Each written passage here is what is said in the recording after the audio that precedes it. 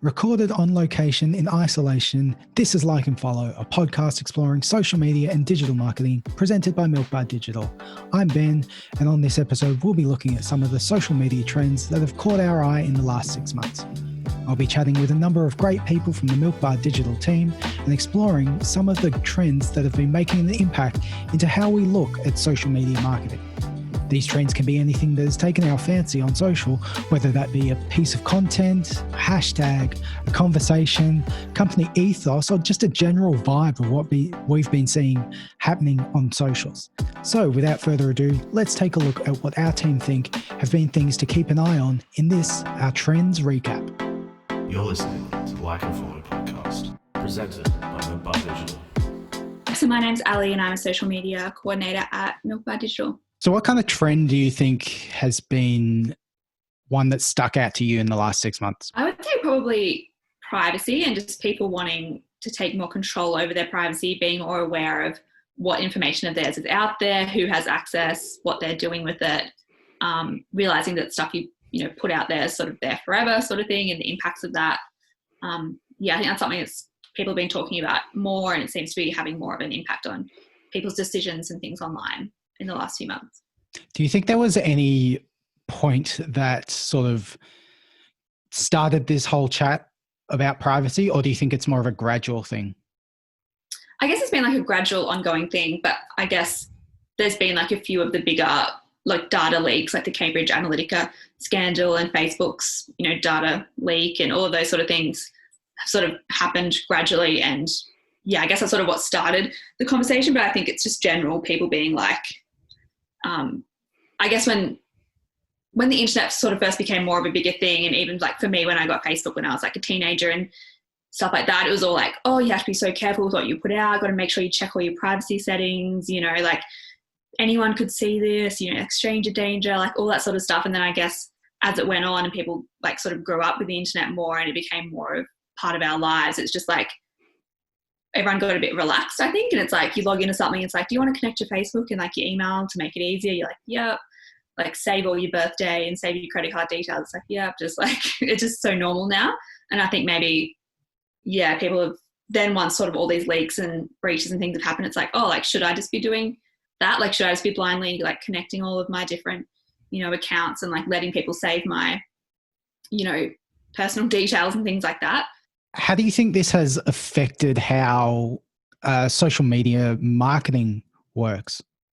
I think just in general, like maybe not so much like personal info, but even just sharing things. Like I've heard about sort of a trend which is called dark social, which is more like sharing through private platforms. So on Messenger or WhatsApp or email even, instead of, tagging your friend in the comment or sharing it to your timeline or putting something in your story, you would send it directly to them in a message or screenshot something and send it to them in a message, because it's just, like if you tag your friend in something, literally everyone that you're friends with on Facebook is then going to see that. And do you need, now that we have we're connected to so many different people, like your grandparents or people from, 15 years ago that you might not even talk to anymore, but like, because your network is so wide now, it's like, do you really need all those people seeing your friend likes this cat meme or whatever? Like it's sometimes easier just to do things sort of through those like more personal channels, which I guess isn't great for like social media marketers, because it's hard for us to track who's sharing our content or how many times it's been shared. Facebook isn't going to know if you've just screenshot something and send it to your friend. So I guess like the ways that we could get around that is like making sure you're using tracking links and things like that, and making sure like your Google Analytics is set up properly, your Facebook Pixel set up properly. Obviously you won't be able to ever know if someone's, screenshot and sent it to a friend, but just making sure like all of your other tracking is set up well, I guess. Do you think there's a way that we could potentially be able to track who screenshots something? Do you think that technology will move in a way that we can do that? I think eventually, yeah. Like if you think about Snapchat, that knows when you've screenshot it, the app, and it notifies people if someone screenshot your Snapchat. So I don't see why, Instagram couldn't introduce that for, someone screenshot your image. You might not know where it's gone, but then that they've like taken a record of it. And something that Instagram has sort of brought out maybe in the last year is the save function. So you can actually like save a feed post and it goes into your settings, rather than, you know, back in the day people would just screenshot it and keep it in their camera roll. Whereas now that's another way, like we can go on and see like, oh, this post of our clients has had 16 saves. Like people have wanted to keep it and look back at it. So I guess, yeah, people are already looking at ways to like try and overcome that like dark social trend. Do you think the idea of dark social is going to have a bigger impact on the overall marketing community, or is it just going to be mostly social, do you think? Yeah, I guess dark social, yeah, would be more like specific to social, but in terms of like general privacy and stuff, I think people are going to be less likely just to like give away their email address to enter a competition without sort of you really thinking about it. I think we'll start to see that impact on like general marketing, even like things like market research and like flybys and stuff like that. I think everyone's like, oh, that's really great. But now it's like, oh, they literally know everything that you buy. And I've heard that apparently like there was like a study done in Target in America where Target knows that you're pregnant before even you do, just based on like your purchasing decisions and like things that you're like looking on their website and stuff like that. So yeah, interesting. I'm Elizabeth and I'm an account manager at Milk Bar Digital. So I suppose the trend that I've noticed really in the past like 6 to 12 months is brands that have kind of like started to produce collections that they are like including more sustainability in, so or they claim to be more environmentally friendly. So I suppose for this trend, I'm more talking about brands that are already established, that aren't kind of considered a sustainable brand, that are making more changes to kind of like reach that. So not kind of like talking about like brands like Reformation that already kind of like sustainability is at the core of what they do. Though I suppose in saying that, in the past like 6 to 12 months, I have kind of seen a lot more newer startups that kind of have a huge focus on sustainability and like try to make their brand really focus on the environment, and kind of like that's at the core of what they do. Brands that are switching to use sustainable materials in their products. So for example, like a fashion brand, they might change to using organic cotton and like other materials that are a lot more sustainable. Or another one could be Mecca, for example, who are giving their customers the option of like packaging. So you can choose to get your item shipped in recycled packaging rather than like their really beautiful, nice packaging that isn't obviously as good for the environment. Do you think this is more of a trend for brands that are, you know, looking to use the sustainability angle in their marketing, or do you feel like it's a trend that's being pushed upon them by the consumer? I think a little bit of both. And I suppose what we're kind of like seeing is that brands are kind of, I suppose, are bowing down to pressure from like kind of, I suppose, like Generation Z and the younger generation that are kind of starting to realise like all the effects of like climate change and what's happening in the world. But I also think at the same time, some brands are leveraging that and kind of doing the whole, I suppose, what we call greenwashing. So kind of like using that as part of their marketing efforts while not actually necessarily caring about it or doing it in the correct way. So I suppose for like an example with brands that are kind of not really doing it that great would be H&M's, what they call their conscious collection. So I think that's kind of like a good example of a brand, what you were saying before, who's more using it as part of their marketing strategy. So we kind of know from like fast fashion, H&M is probably one of the biggest culprits for like with pollution and not being sustainable. Also kind of like if you look about like who made their clothes in their factories and things. So they're kind of like a brand that is like notorious when you look at fast fashion and like all the like the effect, all the negative effects that have come from fast fashion. Everyone probably like the number one brand you think of is H&M. So I suppose their conscious collection was really trying to like to get people to stop that negative stigma when it comes to when you think of like fast fashion. But the thing I suppose with that brand is, and how like they did it, which I think, which saw like them getting a lot of criticism for it, they kind of weren't really transparent about like why this collection was more conscious. and like how this garments were still being made and how this differentiated between all their other kind of like collections. So I think they kind of saw flack through the way that they kind of rolled that out.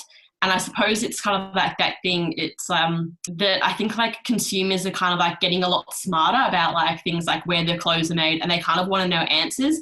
And if brands aren't kind of really being transparent, now we've got like the internet that like everywhere we go, we carry a mobile phone anywhere. So we can just like Google kind of like what their practices are, what are they doing. There's a lot more, I suppose, like resources. So there's a lot more kind of, I suppose, with like indexes where you can look up brands and see kind of like what their practices are, where their clothes are made, and like they might even give like rating systems to them. So I think consumers are kind of more conscious. They want to see brands doing the right thing, and they want brands to be transparent. So I think companies that are kind of like going down the route of like wanting to introduce more sustainable practices and wanting to do things like that are more environmentally conscious, they have to really be transparent with the audience. And if brands are kind of be sneaky and try to be like, oh yes, our like conscious collection that's made from organic cotton, but then you look on the tag and it's like only 20% is like organic cotton. It puts the onus back on the brands to look at their practices and their products and say, well, how are we doing this for the environment, or are we just doing this for a quick praise? Exactly. And I suppose like going back to like what we're saying about like, are brands doing it for the praise? Do you know what, like at the end of the day, kind of like your brand's ethos is a little bit of your marketing. So like we kind of, I suppose, be realistic in knowing that like brands that are doing these things, they might be, I suppose, losing a little bit of money in terms of manufacturing, but they're hoping to gain that money back by bringing more customers in. So I suppose like while like we are kind of like conscious about like brands that are kind of like greenwashing, and kind of like they might be taking advantage of it for more their marketing. At the same time, I suppose we have to be a little bit like realistic and kind of like know that like kind of like brands are doing this, if that makes sense. That definitely makes a lot of sense. It's something that I think consumers need to be more aware of. And going forward, how do you think this is going to help shape what social media and advertising is going to look like? That's a great question. I think a lot of brands that I've already seeing are starting to include their ethos and like more about where their clothes are being made and about the materials in their kind of like ads. So instead of kind of, I suppose, keep coming back to like kind of more like fashion, for example, I think where we're kind of like used to seeing lots of ads, it might be like hot girls looking hot in the clothes. It might kind of like shift towards more kind of like the process of like how the garment is being made, or include somewhere in the copy about kind of like, hey, this is how we make our clothes, this is how we source our clothes, as a selling point, rather than being kind of, I suppose, a direct focus just on like the look of the clothes. So more of a story behind the clothes, just included in copy or in the photos. Yeah, definitely. I think so. My name is Bea and I am a social media manager at Milk Bar Digital. My favourite trend that I've definitely been noticing a lot on Instagram is kind of like this shift towards, I call it like ugly. It's not really ugly, it's just not perfectly curated the way that I think Instagram has been known to be in the past. And what I mean by that is that, like, I guess celebrities, brands, influencers in the past used to have to create like a really beautiful feed that kind of followed a particular theme. Whereas now I feel like a lot of the up and coming brands and influencers are kind of just posting whatever the hell they want and kind of having more substance behind each post. So I don't know if that's a trend per se, but it's like a shift in, I think, how we're using Instagram. Okay. When you say that it's moving away from the perfectly curated sort of feeds, what do you see as a perfectly curated feed, and what are you seeing now with these quote unquote ugly Instagram feeds? So I think a perfectly curated feed is a feed that maybe follows like a color scheme.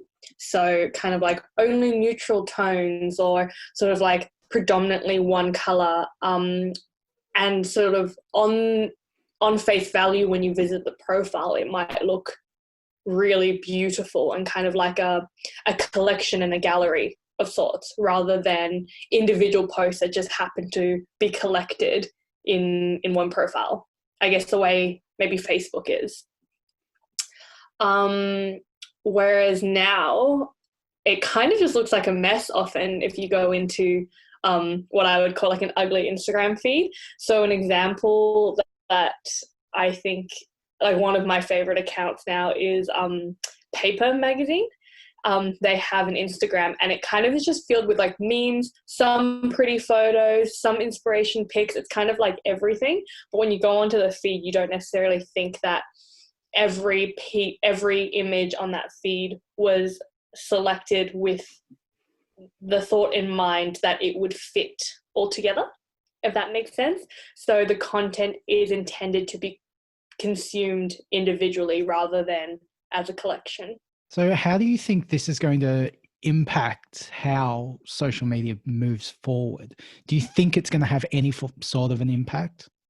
I think it'll definitely have an impact on like creators and consumers.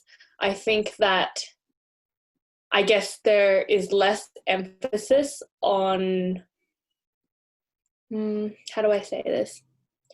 I guess there's almost less emphasis on like the visual value of Instagram and content production on Instagram, and more value on the meaning and the actual like substance of the post, if that makes sense. Yeah, that makes sense. I think rather than looking at, say, a bigger picture, they're looking at the individual pieces of content rather than trying to make it all fit into a whole big puzzle. Exactly. And it's funny because Instagram was kind of designed and created to be like beautiful, right? It's kind of like an image-based sharing platform. So it's interesting that now it's almost starting to shift towards like, I guess what Facebook was used for, kind of like meme sharing, telling jokes, making like silly, funny videos. A lot of that is kind of happening now on Instagram, and people are tagging each other in memes on Instagram, whereas it used to kind of only be reserved for Facebook, and Instagram was like aspirational. So I just think it's quite an interesting shift because there's no real reason why it had to have changed that way in terms of like how the platform is built and what its kind of intent was when it was created, I guess. Yeah, that makes sense. I think there's a lot of effort being put in by brands to have that perfect feed on their profile. And with the way that a lot of people, and myself included, use Instagram, I don't know if there are many people who are taking the time to go to a specific profile to look at the latest post by them, rather than just waiting for them to pop up in their feed. Exactly. And I have this like theory that I guess a really beautiful curated feed will get you like a larger following at the start, but then you might not ever really see them engage with you. So I often follow an Instagram page that's pretty, because I'm like, oh, that's gorgeous, and it immediately takes me. But then I find it doesn't really ever appear in my feed. I kind of forget that I followed them. I never think about them again. And it's actually the kind of like ugly Instagram brands and like influencers that I actually start to engage with. And the more you engage, obviously, the more that your algorithm feeds it back to you. And so really at the end of the day, your feed is not as important as the content that you put out for your existing followers, at least. That wraps it up for now. Big thanks to all involved. If there are still some trends that you've noticed that we didn't cover, comment down below or send us a message at Milkbar Digital. We'd love to hear your thoughts. Remember that you can always get in touch with us at hello@milkbardigital.com.au, and be sure to like and follow us on all the socials at Milkbar Digital. Thanks again, and we'll see you on the next episode of Like and Follow.